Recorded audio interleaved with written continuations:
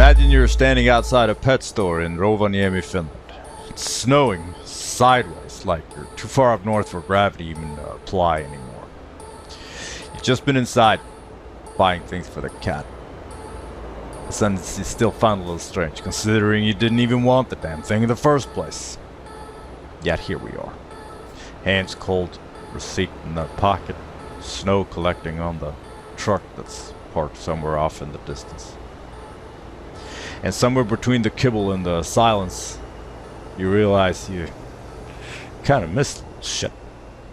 It's funny how that works.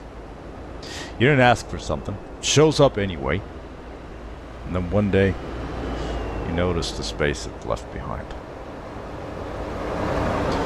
That's the wheel. Load up, brush the snow off our face in the mirrors of the truck, and get back to the road. Back to these Truck Sim Diaries. And in this video series, I record my Euro Truck Simulator 2 gameplay, and I use it as a backdrop for my unscripted thoughts on what's going on in my life and the world around me. Sometimes I will have a lot to say. Sometimes I will just comment on the gameplay, and sometimes I'll just be quiet. Either way, I'm glad you're here. So let's see if we can make it out of this parking lot and into the truck and get on with whatever job we got in store for us today.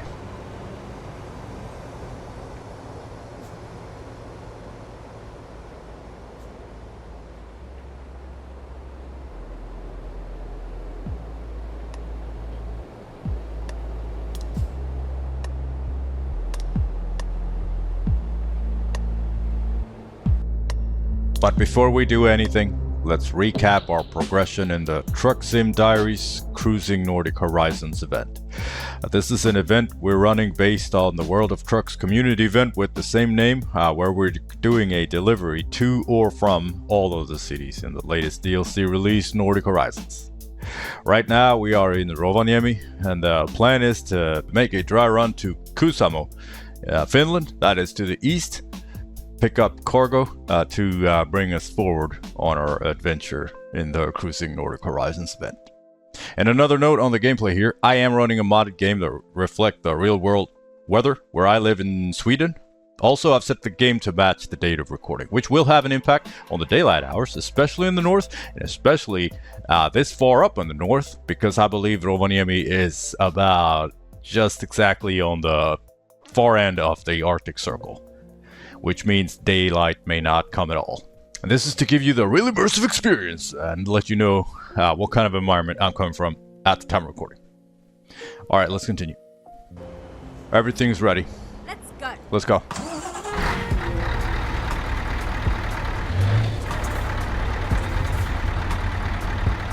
straight up.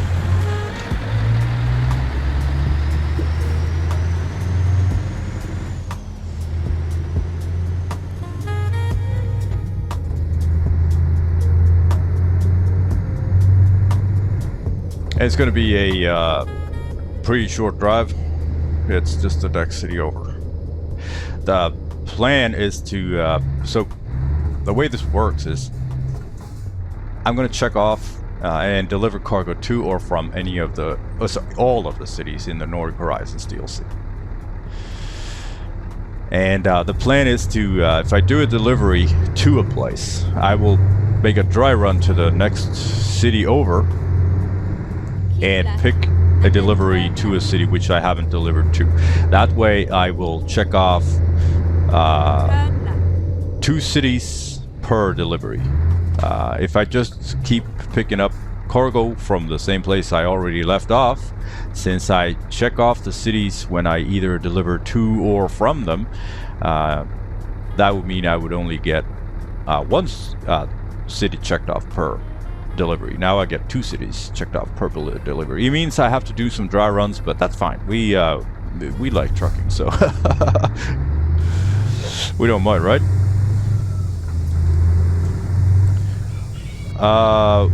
This feels wrong. It's a red light, but do I? Yeah, all right. If you're from Finland, tell me what just happened, because I don't really understand.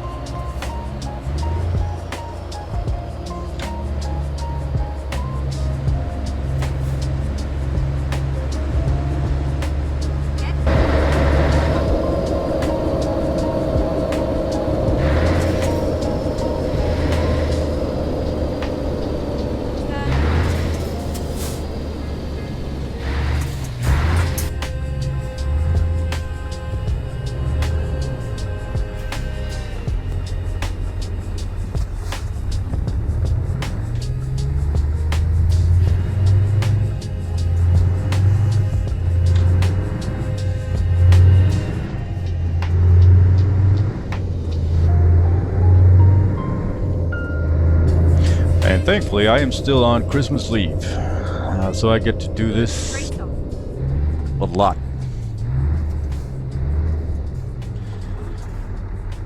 I get up early and do this first thing in the morning. It is becoming a habit that I will miss when every day kicks in. And we were supposed to go visit my in-laws today, which I was fine with. However, my wife came down with something, and we can't go. Or it's been delayed, rather. And it's a bit of a shame, actually. I kind of wanted to do it now. I felt like I was open to it, which is good. Me and their relation is not the best. It is not the worst either, but you know, it's okay. It's fine. The family's got a bit of a problematic view on family and what is expected of family. And I have a completely different view of family and what are expected of family.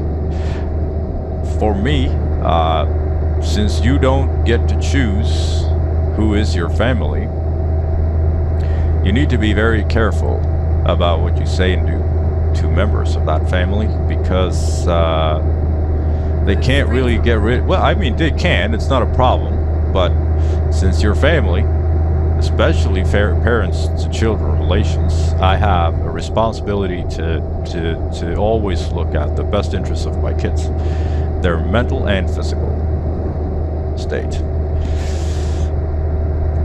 So hurting that trust is a big transgression for me. However, not everyone sees it like this. Some people see it as a place where, since the people who are in your family, they can't, you know, they can't get rid of you, which they can. You're allowed to say or do anything you want to, and I don't subscribe to that idea, and I have no respect for it. So that kind of bullshit is beyond my level of tolerance, and sometimes, well, we just see things differently. And also, on a personal note, or like from my experience here, since this family here is, it's like tight knit, and they got this idea that you're supposed to do everything for family, even though the family is treating you like a piece of shit, which of course it goes against my principles. But it's always weird. It's like this is my in-law's family. My family-in-law. Like, I'm not a part of this family. I'm there on a condition, and that condition is that my wife still wants to. My wife still likes me, because the moment she stops doing that, there's no place for me in that family anymore.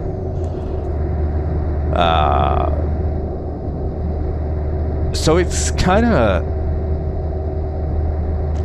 hard to be expected to go all in on an in-law family and sacrifice everything, yet still not be there unconditionally. I think that's asking too much.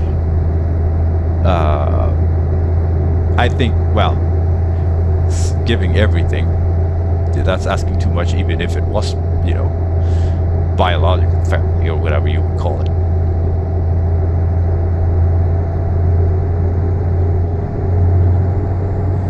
But something like this would take the ability to feel what someone else is feeling, and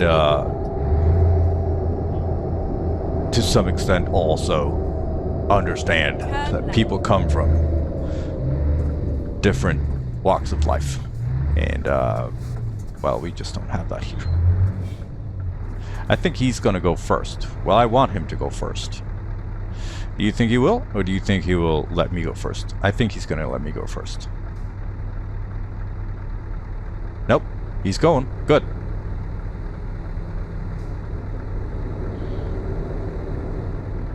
Oh. Am I clear?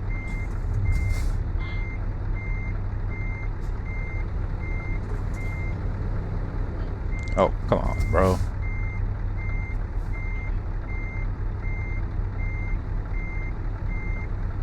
I don't think he knew what kind of truck he was driving. There we go.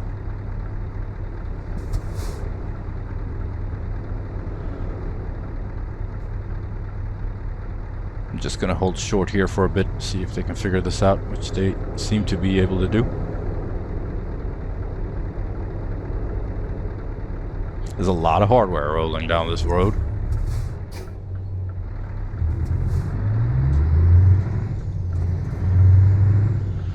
I'm a bit of a hardware rolling man myself.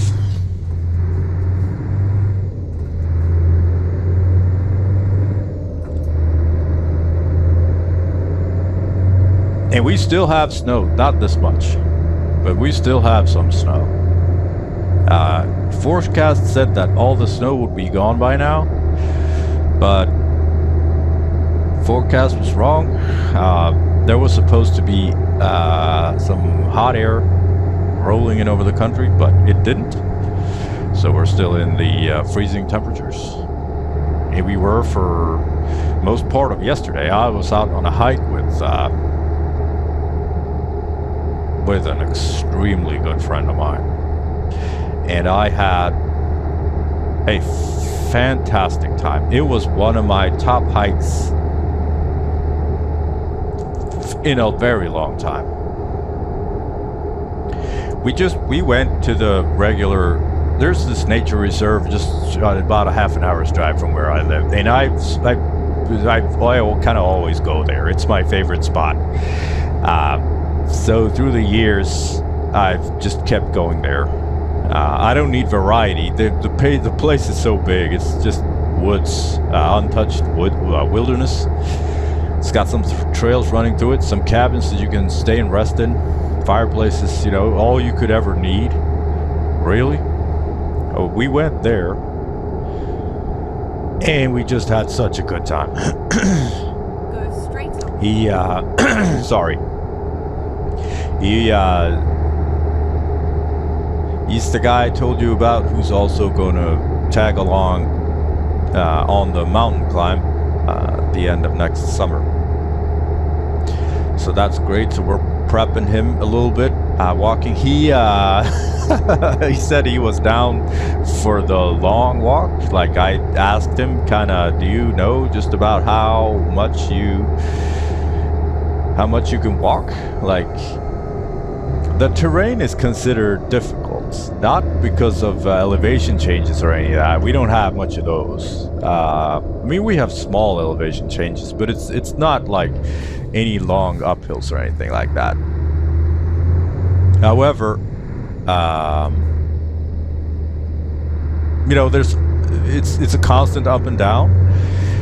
But for the most part, this system of trails, rather, it has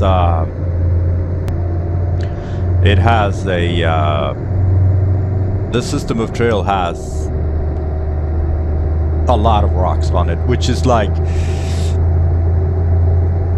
from soccer ball size to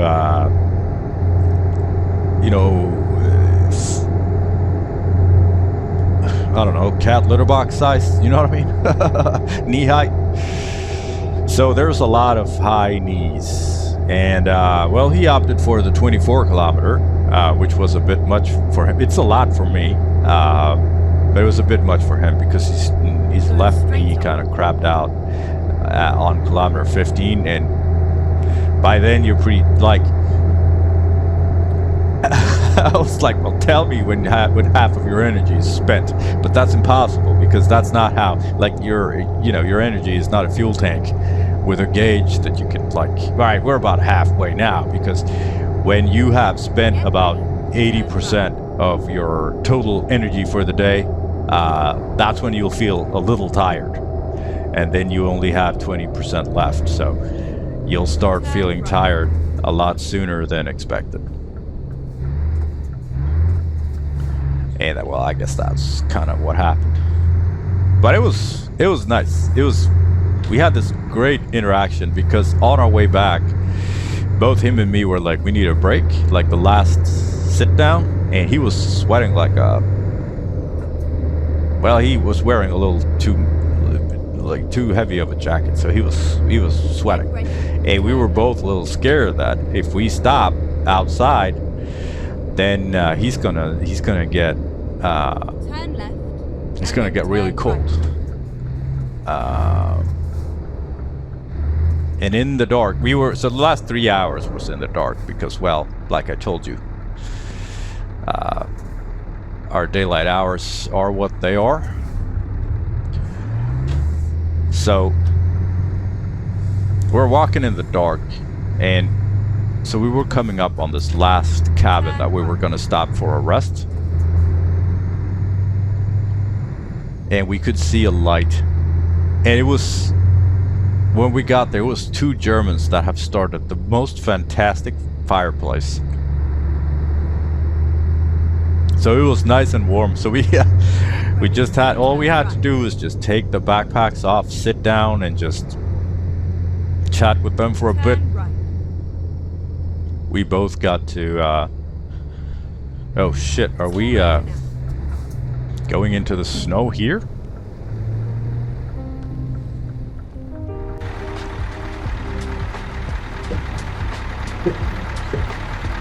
Look at us trudging through the snow. And then one truck open slide.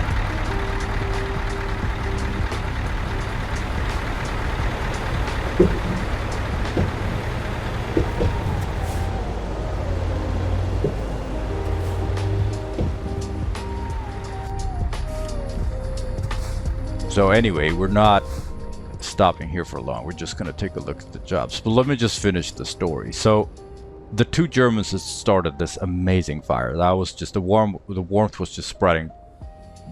You could stay within like 2 meters from the fire and it was perfectly warm. The outside air temperature was about -2 at that point, but it felt cold. Like there was it was high moisture in the air, I guess, because we both felt really cold.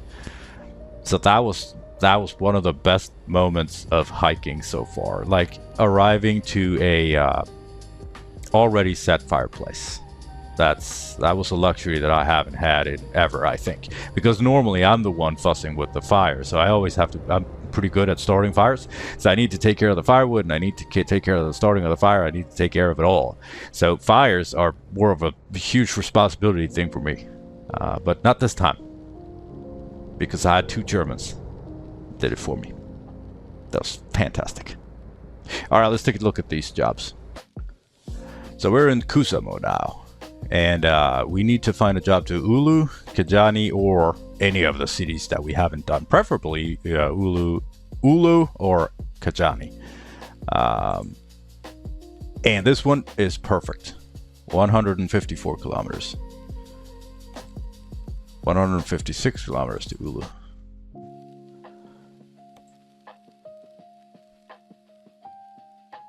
Rovaniemi we've been to. Torino we've been to. Do we have Kuopio? Yeah, we do. That was last time, right? Skellefteå we don't have. But I think we're gonna go to Oulu because we don't have Oulu. And then from Oulu we can go to Kajaani and we'll have it's perfect. We'll do that. Question is, what do we want to haul? Doesn't matter. Let's go with something heavy. Either excavator or mobile traction winch. I haven't pulled this. And this one is to Oulu and it's a 184. We're going to go with this one because this one is too close. It needs to be at least 150. So I don't know if this one is, it's just 6 kilometers. What if it doesn't, We'll go with this. Mobile traction winch. 184 kilometers. Kuusamo to Oulu. We don't have Oulu. We don't have Oulu. Let's go. Alright, we're in the mobile traction winch business. 11 tons of it. Ready to roll. We're ready to roll. Turn right.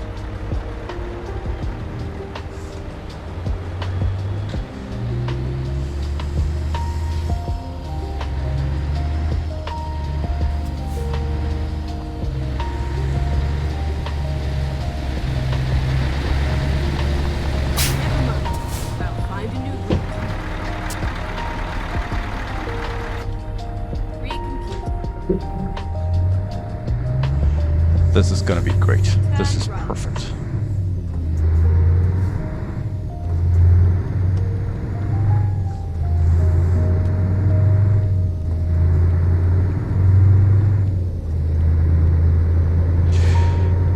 So yeah, the Germans took care of it.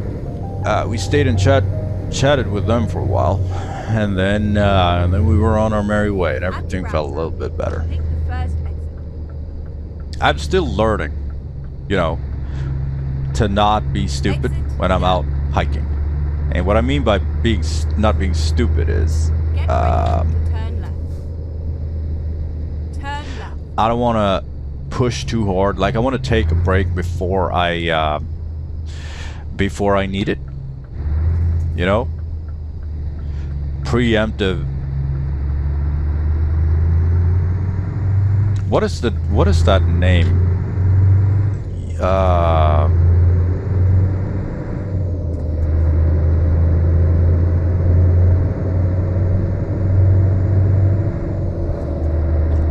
Rehab. Well, prehab. You're taking a break as a prehab to You know, if you wait too long to take a break, you will be too tired. You would expect too. You need to you expect too much of the break. The break cannot live up to what the break needs to deliver, because you're too tired. Your thick head was too stupid, because you thought that you could push on for a little bit. And like, we always get into this situation, whomever I'm with. Like, yeah, let's just keep going, it's fine. And I'm like, yeah, but we need to fucking stop too, you know?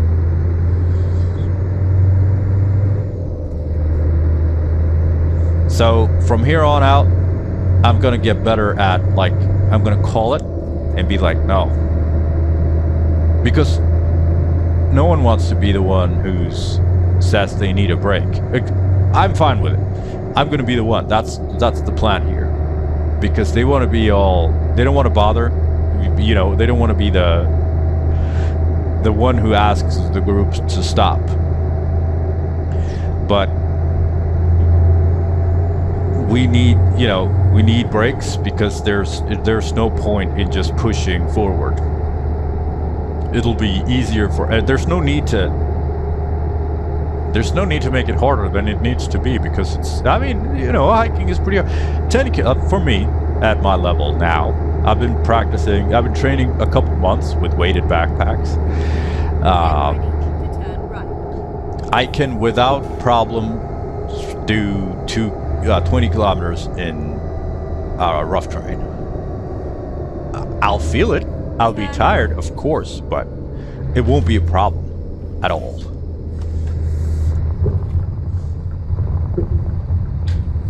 Now, 25 kilometers, on the other hand, that's, that's substantially longer, you know?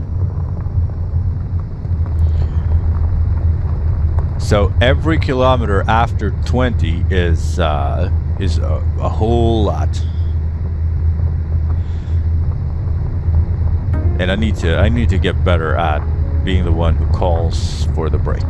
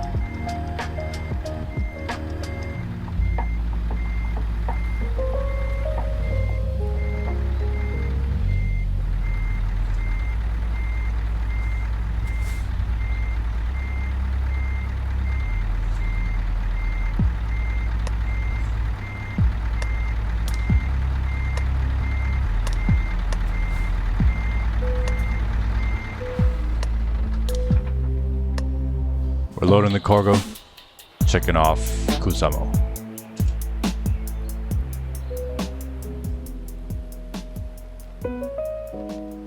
Big old treaded machine is loaded. Time to It's time to hit the road. Turn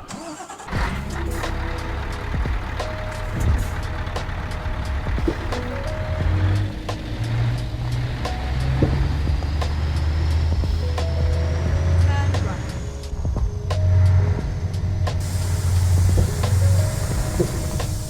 This thing is not too heavy at 11 tons. And it is going to be quite a short drive.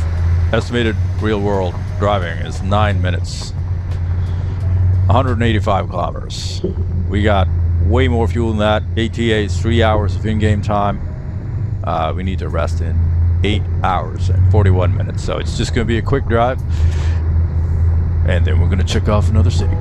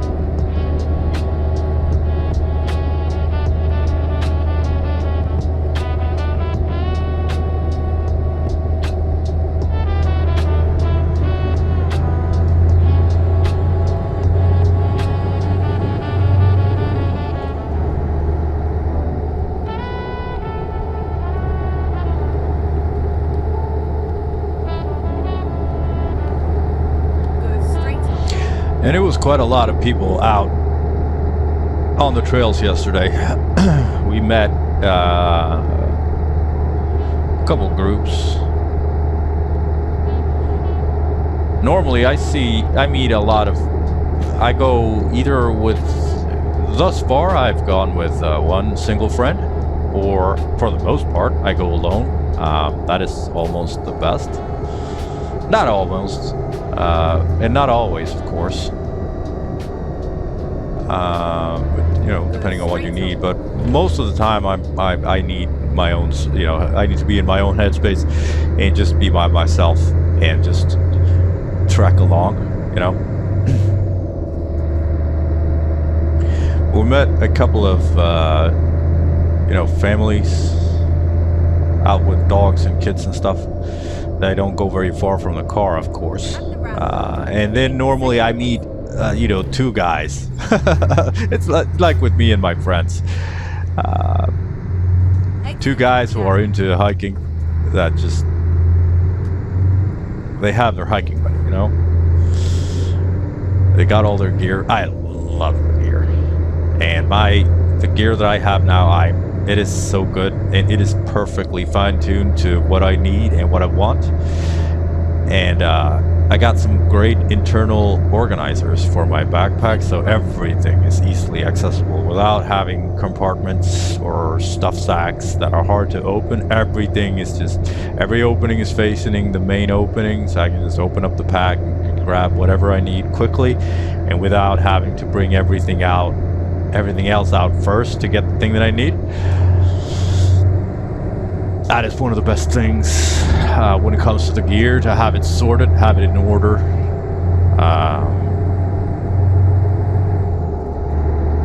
And that has been working out spectacularly well. So yeah, I meet these other two. We met these other two guys. They were really nice. They had spent the night in the cabin. In one of the cabins. You know, with a fire. Cabins have fireplaces. And it's about 5 kilometers between each cabin, and you can just, they're open for everyone. So if there's no one there, you're free to crash if you need or if you want. It's just wooden benches that so you have to bring your sleeping kit.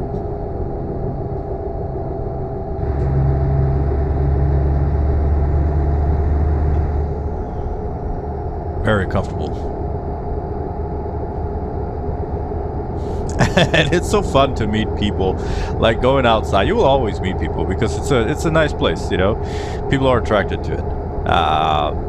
And you always get into this situation where everyone is kind of happy to meet you because obviously, you know, we share interests, and especially when it comes to other hiking dudes, because I mean, we all look alike. We have the same stuff, and everyone knows what the best stuff is, and for the most part they have the best stuff, and they're happy to have the best stuff, and they like the same food, and they have the same jackets, and like, it's really like-minded. You know, it's really like-minded individuals, so everyone is kind of happy to see a like-minded individual. Everyone is also trying to play it a little bit cool, like, you know, it's not about the gear, which it's not, mainly, but secondly, it's absolutely about the gear. Like, the first thing you like about it is that you get to go outside in the nature. Well, you wouldn't do it without all the gear, because the gear is what makes it, you know, so much fun, because you know, the gear helps you mitigate everything bad about, you know, spending a lot of time outside in nature. So of course the gear is lovely. It's lovely gear, and also the gear is, you know, finely tuned to the 30-plus-year-old man, I think. When it comes to materials, the way things feel, the way things look, the colors that they've chosen, everything is just so well thought out. You know how, like, they did a study on, I don't know, it was McDonald's hamburgers or whatever. It's like the perfect mix of fat, salt, and sugar, so the human mind can't resist it. It's the same thing with the hiking gear. It's the perfect mix of material choice, industrial design, and colorways, I suppose. So the male mind over 30 years old cannot just can't keep away from the stuff.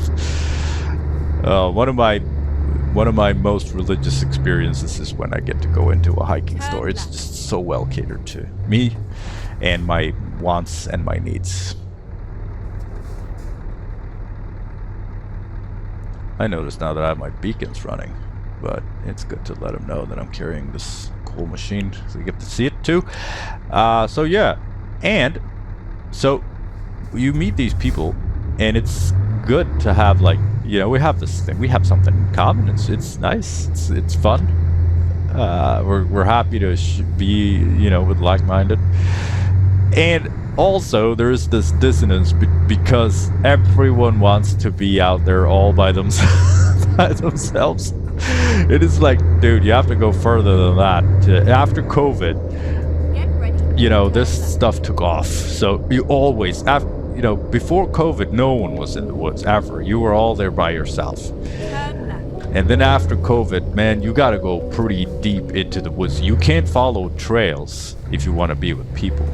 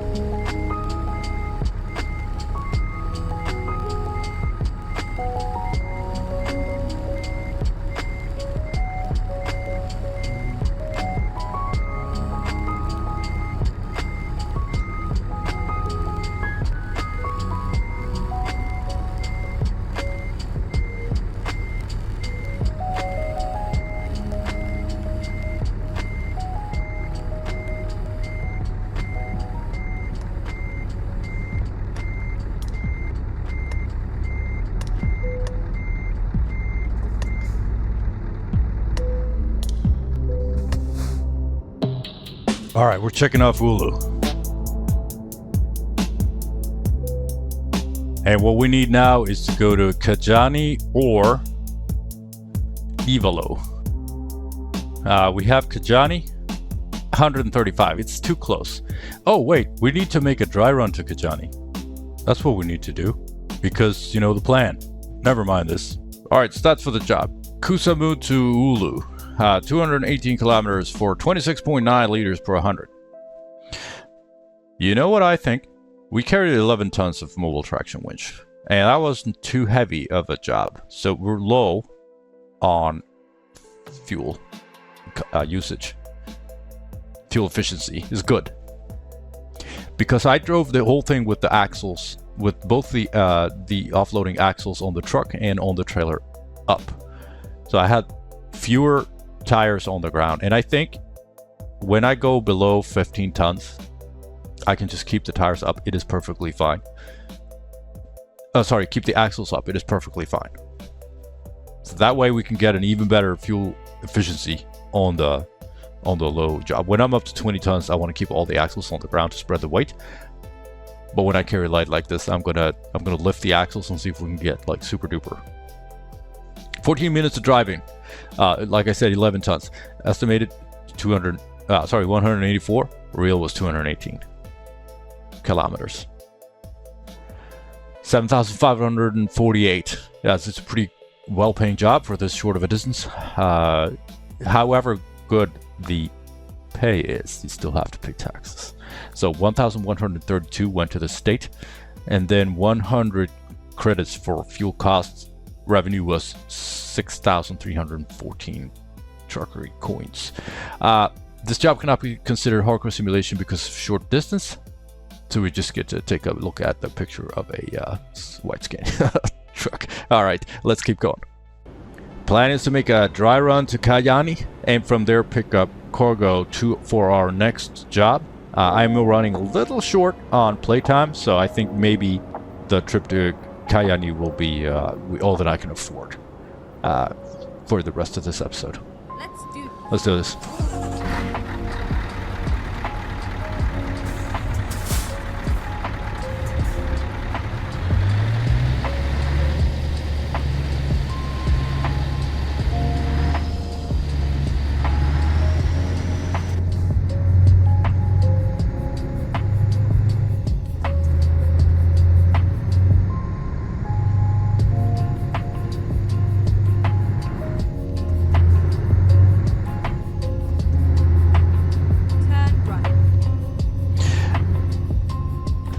And looking at max like this reminds me, I read in the news that the area that I hike in, it's got wolves. So not too far from that area, there is a pack with, well, I guess technically it's far. It's not in the same area, but the adjacent area has got a pack of wolves that has gotten cubs. I think it was early this year, early 2025. However, in my area, it's called Florana. In that area, there is an old female who's been living since like forever. But the news is that she's got a male partner now who's younger, who's hanging out with her. And they say that she's probably a little too old to have cubs. But still, you know, it's nice. It's good to know that there are wolves there. It would be so cool if I could see a wolf. I've never ever seen a wolf. And I probably never will. They are there, obviously. They don't live very far away from where I live, but the chance you get to see them is are slim for sure. And also there's Lynx, and the chance to see Lynx is probably even smaller. Go straight up. However, I just recently saw a sea eagle when I was out hiking with my wife. We had just settled down for our lunch break, and this huge thing comes flying in and just lands in the marshlands right in front of us. And it looks like, I got footage of it. It looks like it's sitting in the marshlands with the back turned to us, and such a huge fucking bird. It's like, and it's got long feathers on its head and on its wings, so it looks like, and it's like the wings are like, it looks like this human shape, basically. These shoulders with these, looks like a human with like long hair that like falls on the shoulders. It's the feathers, but at a distance. So I can imagine, 1,000 years ago, 2,000 years ago, humans would be like, they live their whole life obviously not seeing them because they're shy like as hell. The chances that you spot one are slim. And then all of a sudden, I'm 42. All of a sudden, a fucking sea eagle lands just like 40 meters in front of me. Like, for some reason, chance was like, all right, now it's your turn to, you can see this fucking thing. It's always been here, like for thousands and thousands of millions, not millions probably, but thousands and thousands of years. This bird, like dinosaur, has been there. Yet they're so fucking shy that you barely ever get to see them. If ever, you know. People live their whole lives out in, you know, they go out. Of course, if you live in the city, you're never going to see anything, but you know, you don't deserve to either. But if you go out and try to like pay attention to what the fuck's around you and what was normal before we've trashed it, you get to see these amazing creatures that just fucking, they just live there because it's their, you know, it's their home. They've always been there. He's like, it was an old male, my ornithologist friends have told me. And just when he took off, you could see that, like, you don't just take off.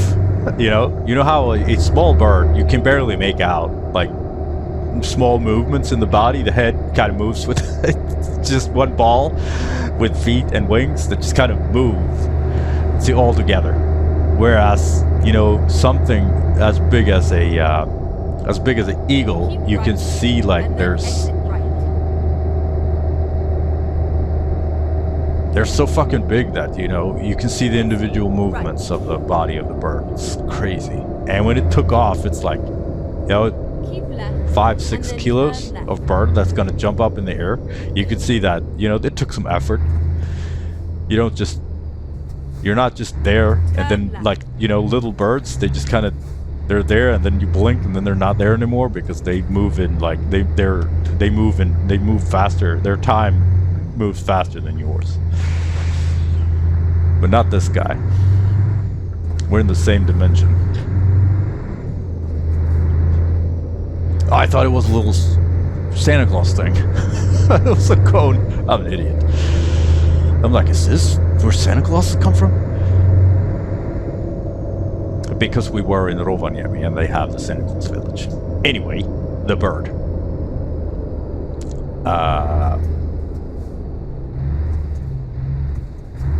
So he took off just in all its glory, in all his glory. And just a couple minutes later, some people walked by, and I was like, we saw a sea eagle. And they were like, huh, what? Like, no you didn't. Because it's so crazy, because it's there, and then it's gone, and you don't have any control of it, because it's just the beauty of the way this thing's work. So, getting back to Max here, and if I could see a wolf and a lynx. We also have wolverines, but same goes there. Like, the chances that you get to see are so slim that you just expect never to see them, you know.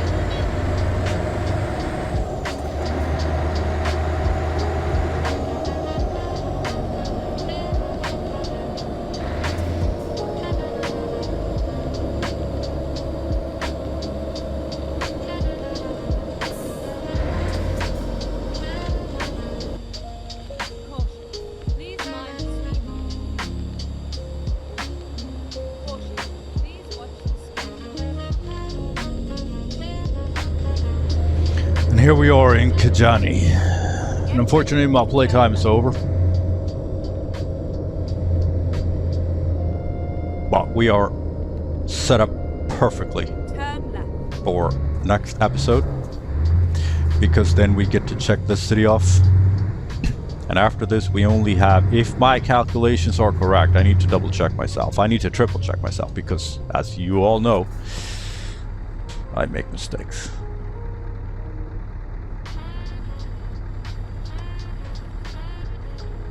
But if my calculations are correct, we only have Kajaani and one more city in Finland left. Kajaani and Ivalo. So in the perfect world, we have a job from Kajaani to Ivalo. And then we've done entirety of Finland. I don't know how we ended up here, because it's like everything is taking us to Finland. I don't mind. I love Finland.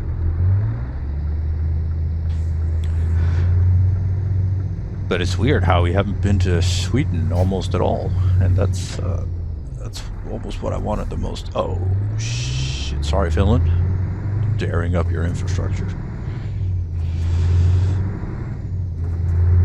But I am very, very, very, very happy to be in some good weather. Clear skies. Just, I've had the sun shining on my pretty face. And that feels unreal, because November and December it was like November, December up until the 23rd or something like that. Was like a total, I shit you not, 30 minutes of sunlight. Turn left. Just crazy. Turn left.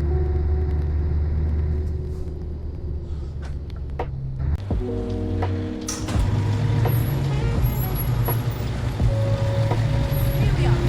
Safe and sound.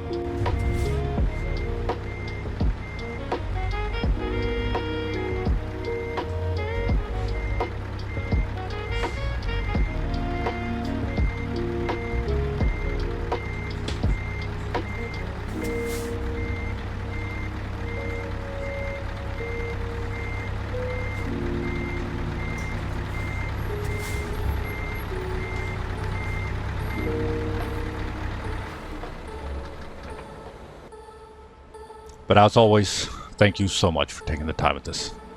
Deep in my heart, I appreciate this so much. That you tune in and listen to me talk about this nonsense stuff. And remember to take care of yourself.